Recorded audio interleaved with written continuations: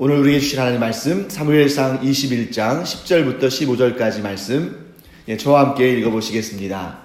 그날에 다윗이 사울을 두려워하여 일어나 도망하여 가드왕 아기스에게로 가니 아기스의 신하들이 아기스에게 말하되 이는 그 땅의 왕 다윗이 아니니까. 무리가 춤추며 이 사람의 일을 노래하여 이르되 사울이 죽인 자는 천천히요 다윗은 만만이로다 하지 아니하였나이까 한지라. 다윗이 이 말을 그의 마음에 두고 가드왕 아기스를 심히 두려워하여 그들 앞에서 그의 행동을 변하여 미친 채 하고 대문짝에 그적거리며 침을 수염에 흘리매 아기스가 그의 신하에게 이르되 너희도 보거니와 이 사람이 미치광이로다. 어찌하여 그를 내게로 데려왔느냐? 내게 미치광이가 부족하여서 너희가 이 자를 데려다가 내 앞에서 미친 짓을 하게 하느냐? 이 자가 어찌 내 집에 들어오겠느냐 하니라. 아멘. 자, 이제 다윗이 사울을 두려워하기 까닭에 도망치다 이제 하다못해 어디까지 갑니까? 가드 땅에 들어가죠. 여러분, 우리가 이제 이 가드, 여기 가사, 이런 지명들이 나오면, 아스돗도 마찬가지고요. 이런 지명들이 나오면, 이 땅은 블레셋 땅이구나 하는 것을 알게 됩니다. 그래서 블레셋은 5개의 작은 국가들, 도시 국가들이 모여서 하나의 연합체를 형성하는 그런 나라인데, 그 중에 가드 땅은 이스라엘에서 가장 가까운 곳에 있습니다. 그리고 여러분과 제가 알다시피 이 다윗의 고향은 베들레헴이죠. 베들레헴에서 가장 가까운 이 블레셋 땅이 가드고, 그 가드 땅은 어떻게 보면 이 블레셋에서 직선거리로 서쪽에 있었기 때문에 이 블레셋에 있는 이 다윗의 가족들, 다윗의 그 가문의 사람들과 또 접촉하거나 만나는 일도 상대적으로 수월한 곳이었습니다. 그래서 이제 지금 가드 땅으로 가는 거죠. 그런데 여러분, 여기에서 보시면 가드는 블레셋 지경이기 때문에 다윗에 대해서 좋게 여길 리가 없습니다. 더군다나 여러분, 이 블레셋 장수 가운데에 이 다윗이 죽인 사람 누구죠? 골리앗이잖아요. 골리앗의 고향이 바로 이 가드 땅입니다. 더군다나 여러분, 우리 이전에 바로 이제 어제 또 보았던 부분을 보면 이 아히멜렉이라는 제사장을 찾아가서 다윗이 도움을 받죠. 그래서 진설병 떡도 얻어먹고 또 무기가 없는, 급하게 도망쳤기 때문에 무기가 없는 상태의 다윗에게 이 아히멜렉 제사장이 뭘 줬습니까? 골리앗의 무기였던 칼을 줍니다. 그런데 여러분, 지금 다윗이 사울왕을 피해서 가드 땅으로 들어가는데 다윗이 지금 뭘 들고 있을까요? 골리앗의 칼을 들고 있는 거죠. 가드 땅의 영웅 중의 영웅. 아마 이 골리앗이 다윗에게 죽기 전까지 이 가드 땅 사람들은 이 골리앗에 대해서 굉장히 자부심이 있고, 그와 함께 한다면 어디든 가도 우리가 승리할 수 있다는 그런 확신이 있었을 거예요. 그런데 그들의 자존심이고 그들의 자부심인 골리앗을 죽인 사람 다윗이, 그것도 자기가 죽인 골리앗의 무기인 골리앗의 칼을 들고 가드 땅에 나타났을 때, 그걸 과연 이 가드 사람들이 좋게 보았을까 하는 것은 의문입니다.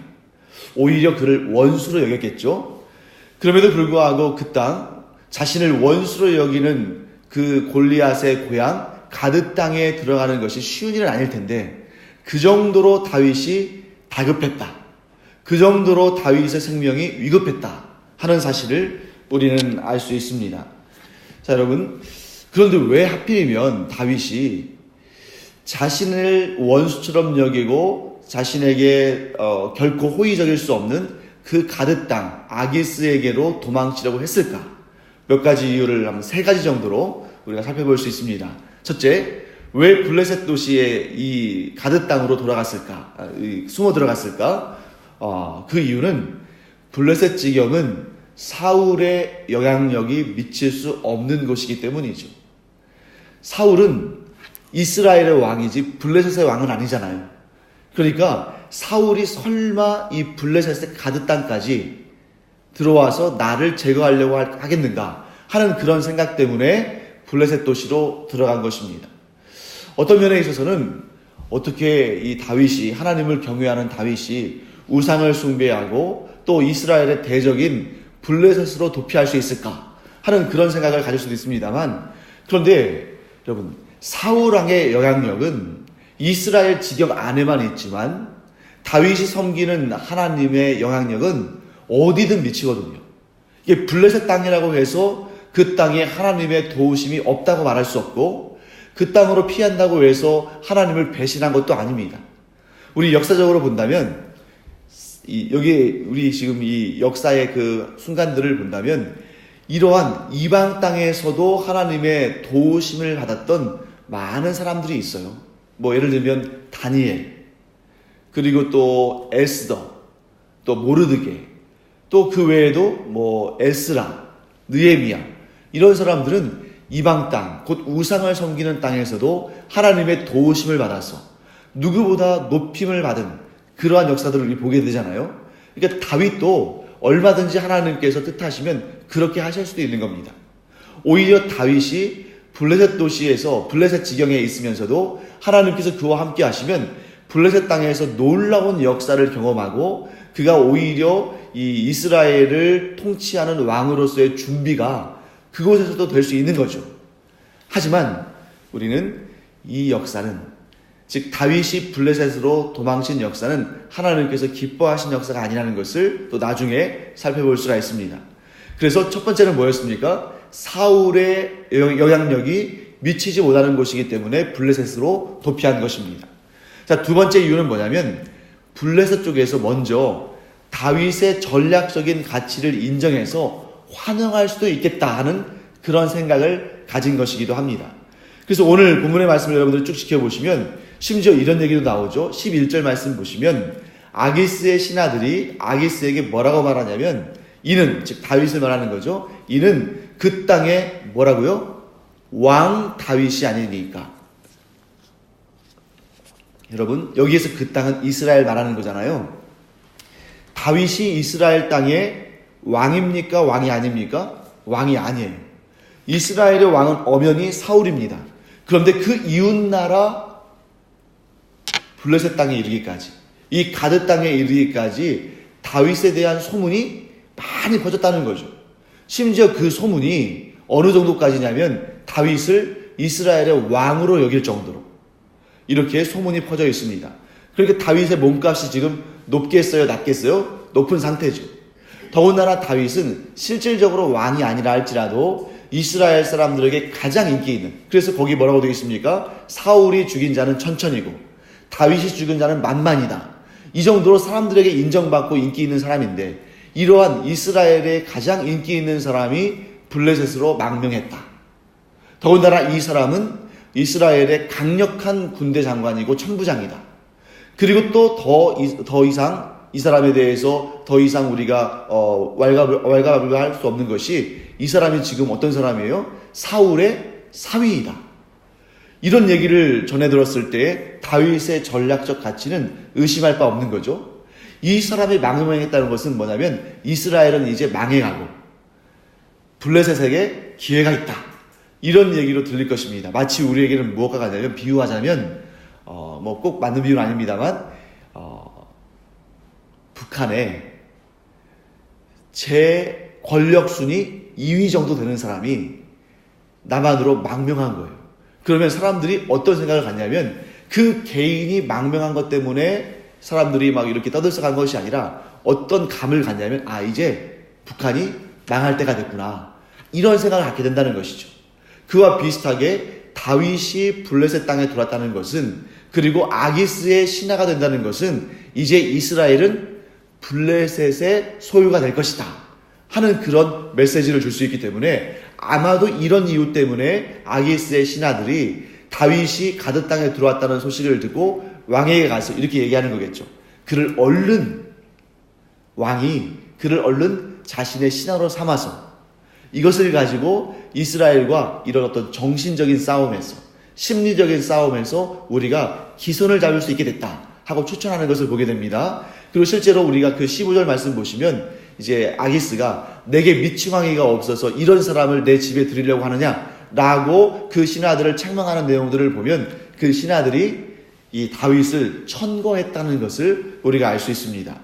자, 세 번째는 아주 간단한 이유예요. 단순한 이유입니다. 그것은 뭐냐면 이 가드 땅이 베들레헴에서 가장 가까운 블레셋 땅이었기 때문이에요. 블레셋에 5개의 도시국가들이 있는데 그 중에서 가드 땅이 이스라엘에서 특히 베들레헴에서 가장 가까웠기 때문에 거기에 잠시 머물면서 자기 고향에 있는 가족들과 이렇게 소식을 전하면서 자기가 이스라엘로 돌아갈 안전한 때를 좀 알아보고자 하는 그런 이유일 수도 있습니다. 자, 여기에서 우리가 깨달을 수 있는 아주 중요한 원리를 발견하게 됩니다. 그것은 뭐냐면 사람의 계획이 항상 하나님을 기쁘시게 하는 것도 아니고 사람의 계획은 항상 성공하는 것도 아니다 하는 것입니다. 여러분, 블레셋 땅 가드로 피신하는 일이 하나님께서 기뻐하신 뜻이 아니었던 것 같아요. 여러분, 만약에 이 가드로 다윗이 도망치는 일이 하나님께서 기뻐하시는 일이었다면 다윗 안에 아마도 평안한 마음이 임했을 겁니다. 그런데 여러분, 오늘 이 본문을 쭉 보니까 다윗 안에 평안한 마음이 있습니까? 없습니까? 없죠. 다윗 안에 불안한 마음이 들었습니다. 언제요? 아기스의 신하들이 아기스에게 자신을 소개하는 이야기를 들었어요. 그런 이야기를 들었을 때에 하나님께서 이 길을 인도하셨다면 그래, 블레셋 사람들이 나를 인정하니까 내가 이곳에서 하나님의 은혜 가운데 하나님의 긍휼하심 가운데 내가 얼마간 잘 숨어 있다가 사울의 마음이 돌아설 때에 내가 다시 이스라엘로 돌아갈 수 있겠구나 라고 생각했을 텐데 지금 이 순간에 다윗 안에는 어떤 마음이 들었습니까? 불안한 마음이 들었다는 거예요. 그래서 우리는 뭘 알 수 있냐면 하나님의 영으로 충만할 때 하나님의 인도하심을 받을 때에는 아무리 불안한 상황 가운데서도 평안이 임하지만 하나님의 인도하심이 아닐 때에는 하나님의 선하신 계획 가운데 있지 않을 때에는 아무리 형통한 가운데서도 불안한 마음이 들 수 있다 하는 것을 우리는 알게 됩니다. 단적인 예를 한번 들어볼까요? 여러분, 다윗이 하나님의 영으로 충만할 때 다윗이 하나님의 인도하심을 받을 때에는 자, 예를 들면 블레셋의 장수 골리앗과 싸울 때 분명히 그때의 다윗은 용감한 마음으로 또 평안한 마음으로 충만했습니다. 근데 누가 봐도 지금 다윗은 죽을 수밖에 없는 상황이고 누가 봐도 다윗은 그 인생 가운데 최고의 위기인데 정작 다윗만큼은 그 순간 두렵지도 않고 떨지도 않고 불안하지도 않고 용맹함과 평안함으로 충만했던 것을 봅니다. 왜 그랬을까요? 그 길이 하나님께서 기뻐하시는 길이고 하나님께서 함께 하시는 길이었기 때문입니다. 하지만 지금 이 순간 이 선택 가드 땅으로 도망치는 선택은 하나님께서 계획하지 않으셨고 다윗 개인의 계획이었고 하나님께서 그 계획을 기뻐하지 않으셨습니다. 그렇기 때문에 다윗 안에서 어떤 마음이 든 거예요? 불안한 마음이 든 거죠. 사랑하는 성도 여러분, 저는 여러분을 이렇게 축복하기를 원합니다. 우리의 모든 계획이 하나님께서 기뻐하시는 계획이 되기를 간절히 축원합니다. 그런데 하나님께서 기뻐하지 않으시는 계획을 세우면 또 그 길을 가면 겉으로 볼 때는 아무리 형통해 보여도 우리 마음 가운데는 불안한 마음이 있을 수밖에 없죠. 자, 특히 여러분 여기에서 다윗 안에 불안한 마음이 들 수밖에 없었던 그런 현실적인 이유들도 있었습니다. 첫째, 다윗이 블레셋의 원수라는 사실은 아기스 왕이 알까요, 모를까요? 알고 있겠죠. 그런데 오늘 이 아기스의 신하들이 이 아기스에게 전하는 그 말을 듣고는 아기스가 이 다윗이 블레셋의 대적이고 원수라는 것을 다시 한번 상기했을 거예요. 그게 무엇입니까? 사울은 천천히고 다윗은 만만이다. 이 노래가 이스라엘 여인들의 노래였잖아요. 그 여인들의 노래가 언제 나온 것입니까? 다윗이 골리앗을 쳐서 죽이고 그로 말미암아 이스라엘이 블레셋과의 전쟁에서 대승을 거뒀을 때 이 노래가 나왔는데 아기스 왕은 그것을 잊고 지내다가 지금 이 신하들의 얘기를 듣고 그 기억을 다시 살려냈을 겁니다. 그러니까 위기가 왔겠죠. 그래서 둘째, 아기스는 다윗을 자신의 잠재적인 대적으로 여겼을 거예요. 왜냐하면 여러분, 사울은 천천히고 다윗은 만만이다. 이 얘기는 뭐냐면 이스라엘 땅에서 이미 다윗이 이스라엘 왕의 인기와 신뢰를 넘어섰다는 걸 의미하죠. 그러니까 얼마든지 이 사람이 지금은 자기의 보호함을 얻기 위해서 왔지만 언제든지 자기를 넘어서는 인기와 자기를 넘어서는 능력을 보여줄 수도 있고, 그렇게 되면 블레셋 사람들의 민심이 급격히 누구에게로? 다윗에게로 갈 수도 있는 거죠.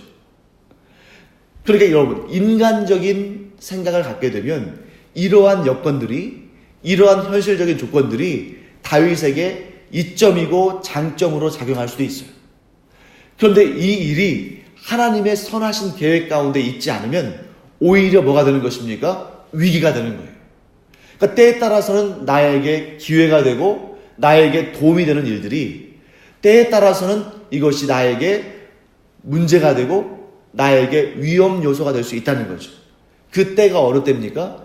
이것이 과연 하나님께서 기뻐하시는 일인가? 하나님의 선하신 계획 가운데 있는가? 그렇지 않는가에 따라서 이렇게 똑같은 상황도, 똑같은 일도 위기가 되기도 하고 기회가 되기도 하는 것입니다.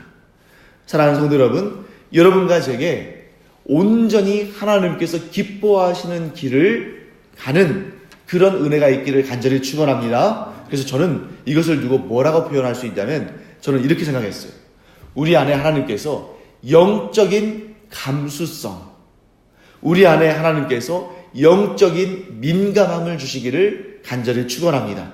그래서 이 영적인 민감함, 영적인 감수성이라는 것은 뭐냐면, 방금 말씀드렸잖아요.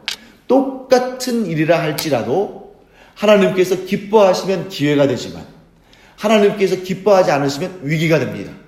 그래서 우리는 어떤 게 기회냐, 어떤 게 위기냐, 이것을 감지하는 것이 아니라 우리가 가져야 할 영적인 감지력은 어떤 일이 또 어디로 가는 것이 하나님께서 기뻐하시는 것인가, 이것을 알아야 한다는 거예요.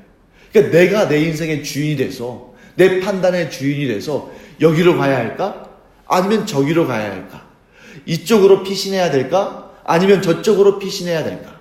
이것을 취해야 할까? 아니면 저것을 취해야 할까? 이것을 내가 스스로 결정하려고 하다 보면 분명히 길을 잃고 맙니다. 우리가 분명히 잘 알잖아요. 좋은 길이라고 생각해서 선택했는데 나중에 알고 보니까 아닌 거예요. 이 길은 좀 아니다 싶었는데 나중에 보니까 하나님께서 예비하신 길이었던 거예요. 그래서 이런 것들을 우리가 우리 인생 가운데 많이 경험하죠. 그렇기 때문에 정말 중요한 것은 어느 길로 갈 것인가를 내가 선택하는 것이 아니라 어느 길이 하나님께서 기뻐하시는 길인가를 깨닫고 그 길을 선택하는 일. 이것이 우리의 영적인 감지력인데, 이 영적인 감지력이 훌륭한 사람이야말로, 뛰어난 사람이야말로 하나님께서 기뻐하시는 일을 행하는 하나님의 복된 사람이다 하는 것을 알게 됩니다. 그래서 우리가 기도할 때 이런 기도하기 바랍니다. 하나님, 하나님께서 기뻐하시는 길, 하나님께서 저를 위하여 예비하신 길, 하나님이 또 우리 앞에 두신 그 복의 길을 찾아낼 수 있고 그 길을 갈 수 있는 그런 영적인 감수성과 감지력을 주시기를 우리가 간절히 구할 때 하나님께서 우리에게 그 은사를 주실 줄 믿습니다. 또 구하면 받는 하나님의 은혜를 누리기를 간절히 축원합니다. 자, 그 다음에 우리가 그 밑에 이제 후반부 내용을 보시면 좀 안타까우면서도 좀 정말 아쉬운 그런 장면들로 등장하죠. 우리 13절을 보겠습니다. 13절을 보시면 다윗이 스스로 미친 척을 하고 또 대문짝에 그적거렸다라는 그런 내용이 나오죠. 그적거리다라고 우리말로 번역된 동사는 히브리어로 타바라는 동사입니다. 그런데 이 타바라는 동사는 원래 어떤 뜻이냐면 표시를 하다 이런 뜻이에요.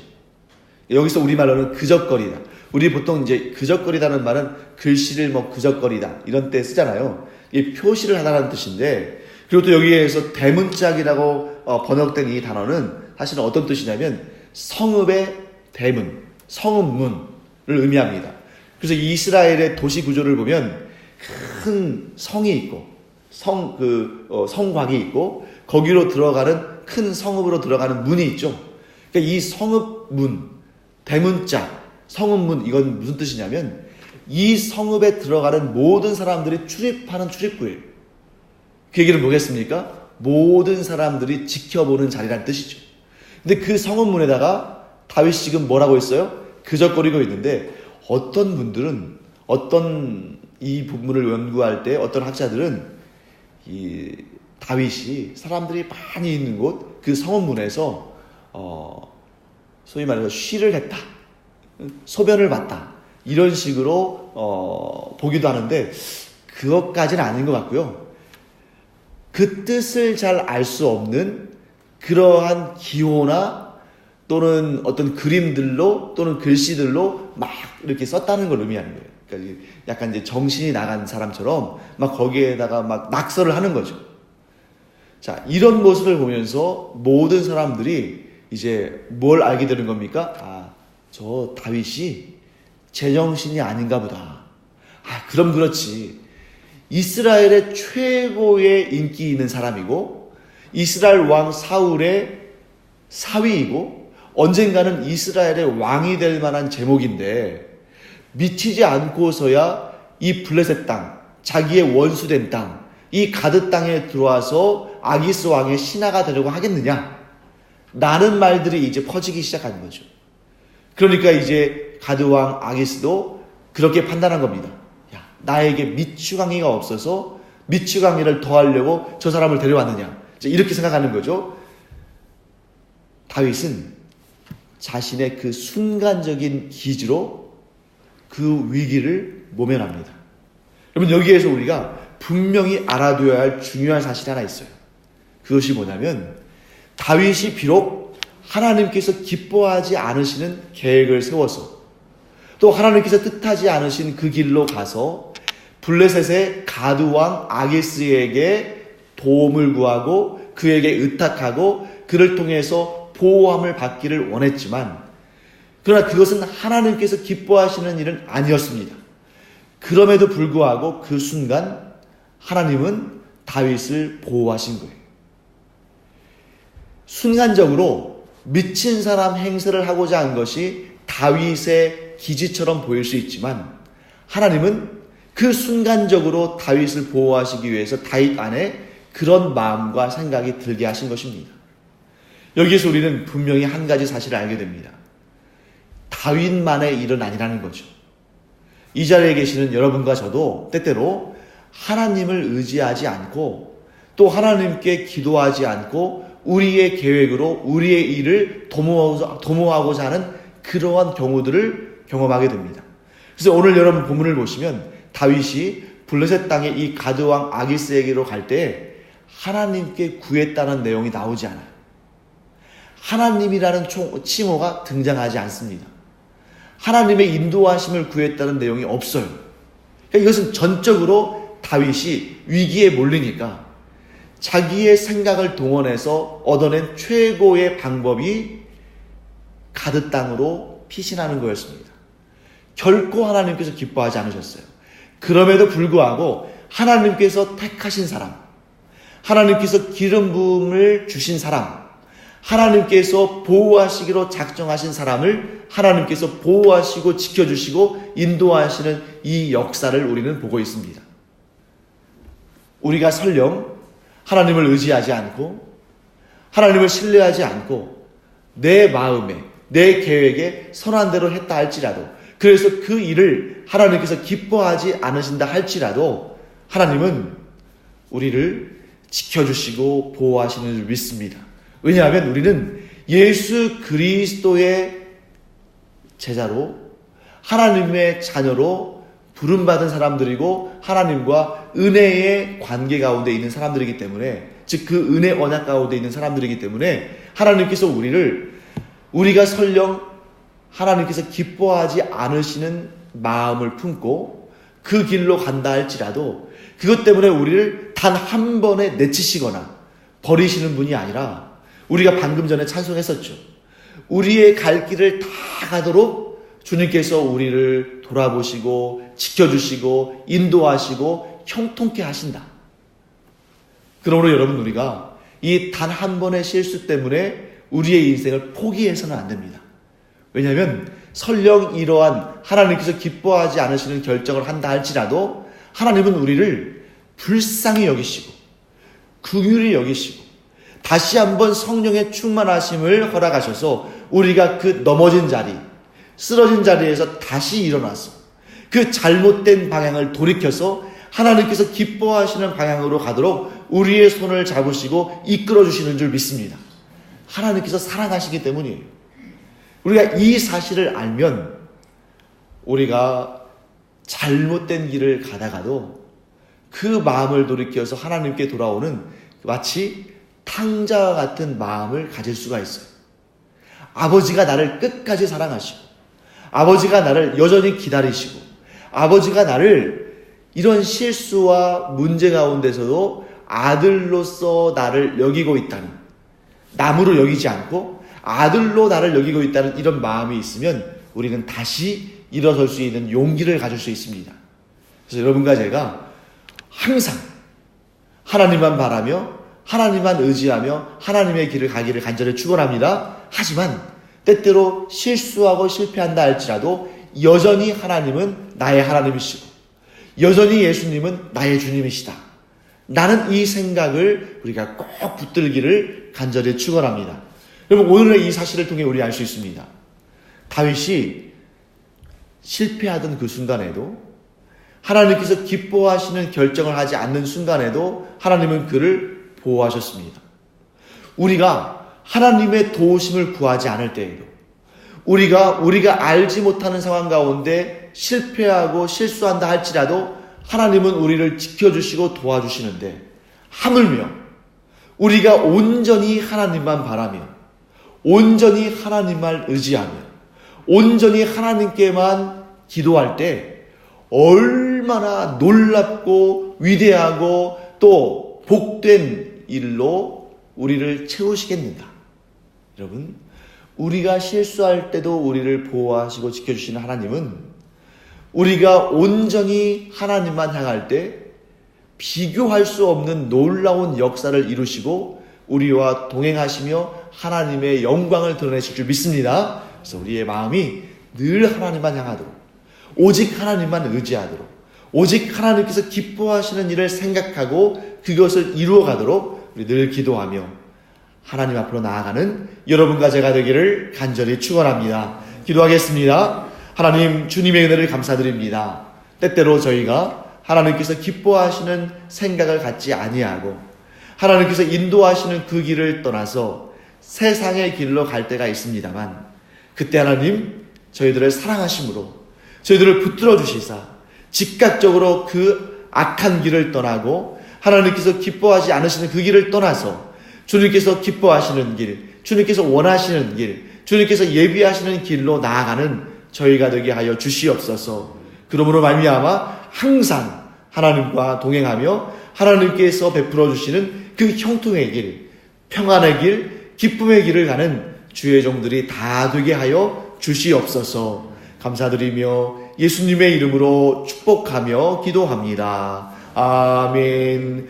이제는 우리 주 예수 그리스도의 은혜와 하나님 아버지의 무한하신 사랑과 성령의 감동, 감화, 위로, 교통하심이 이 시간 오직 하나님만 의지하며 오직 하나님께서 기뻐하시는 생각을 하며 오직 하나님께서 인도하시는 길을 걷기를 원하는 주님의 사랑하시는 자녀들 위에 이제로부터 영원토록 함께 있을지어다. 아멘. 이 시간 우리 기도할 때에 오직 하나님만 따라가며 하나님만 의지하며 하나님께서 기뻐하시는 길을 가는 은혜가 있기를 축복합니다. 기도하겠습니다. 하나님 아버지, 주님의 은혜를 감사드립니다. 이 시간도 주님께서 기뻐하시는 종들이 주님 앞으로 나아갑니다. 하나님 아버지, 이 시간 우리 다윗을 통해서 하나님께서 주시는 귀한 메시지를 얻습니다. 다윗이 하나님께서 계획하신 길을 가지 않았다 할지라도 하나님께서 그를 불쌍히 여기셔서 그를 지켜주시고 그에게 다시 기회를 주신 것처럼 저희들이 때때로 하나님께서 기뻐하시는 길을 가지 않는다 할지라도 하나님께서 원하시는 길로 향하지 않는다 할지라도 저희들을 돌이키시사 하나님께서 기뻐하시는 길, 하나님께서 원하시는 길로 저희들이 나아갈 수 있도록 은혜를 베풀어 주시옵소서.